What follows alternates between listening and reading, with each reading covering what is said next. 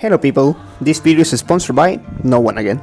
Okay, so this is the Nintendo Switch of my little brother, and he have had it since December of last year. It's like 1.5 months old, this Switch.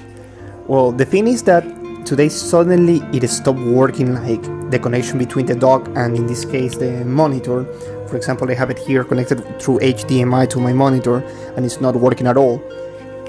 And I was researching like what might be the issue, what might be the problem, and then we discovered that it's this blinking light of death or whatever.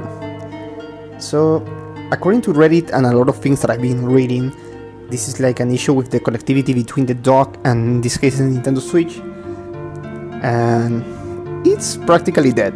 It's not sending any signal through HDMI, but if I take it out of the dock, you can see that it works just fine.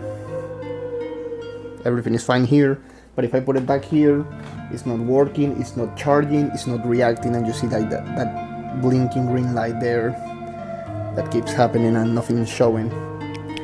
One thing that I've noticed is that if you turn it in the back and you touch this part here that is like the transcoding thing between HDMI and USB-C, it's really hot. So maybe, I don't know, a capacitor or something blew up, but this thing is really hot. If I leave my fingers here close to the screw, it actually burns.